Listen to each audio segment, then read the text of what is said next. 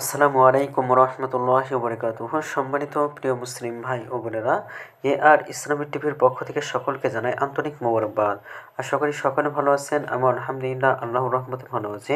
আজকে আপনাদের মাঝে আলোচনা করব রজব মাসে রমজানের প্রস্তুতিমূলক যে 3 আমল রয়েছে সেই 3 আমল সম্পর্কে। তো চলুন আমরা জেনে নিই।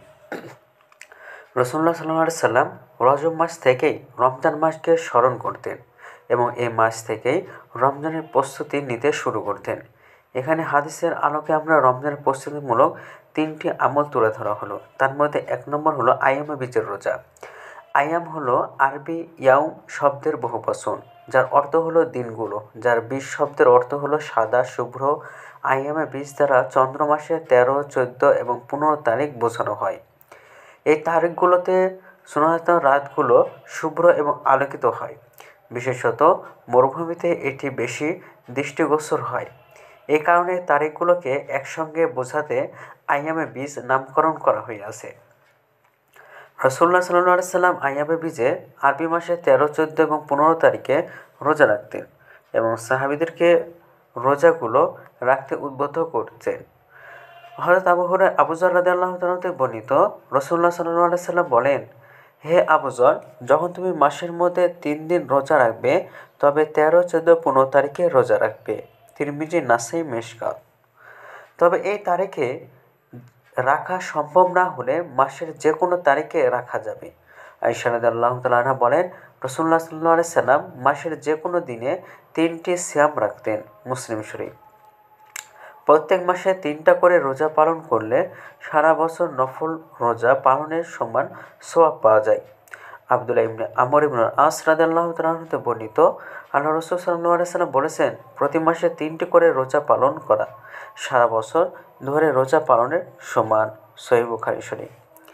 2 নম্বর হলো সপ্তাহে 2 দিনের রোজা। রাসূলুল্লাহ সাল্লাল্লাহু আলাইহি সাল্লাম যেসব নফল ইবাদত করতেন তার অন্যতম একটি হলো সপ্তাহের 2 দিন অর্থাৎ সোমবার এবং বৃহস্পতিবার রোজা রাখতেন।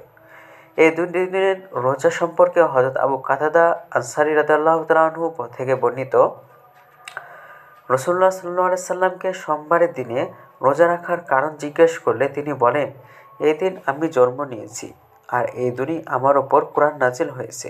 মুসলিম শরীফ।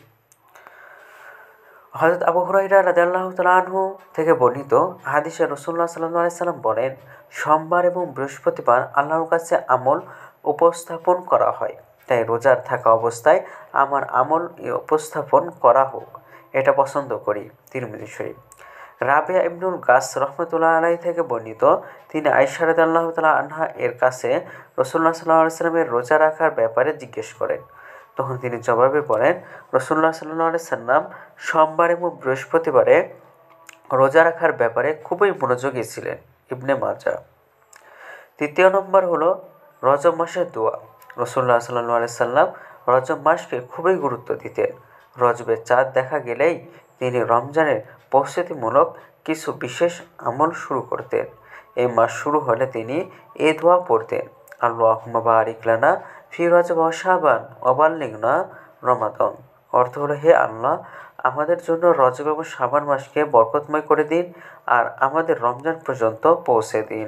সুনানে নাসাই এবং মুসনাদ আহমদ শরীফ। তো ভিডিওটি ভালো লাগলে অবশ্যই চ্যানেলটি সাবস্ক্রাইব করে পাশে থাকবেন। ধন্যবাদ সকলকে। আসসালামু আলাইকুম ওয়া রাহমাতুল্লাহি ওয়া বারাকাতুহু।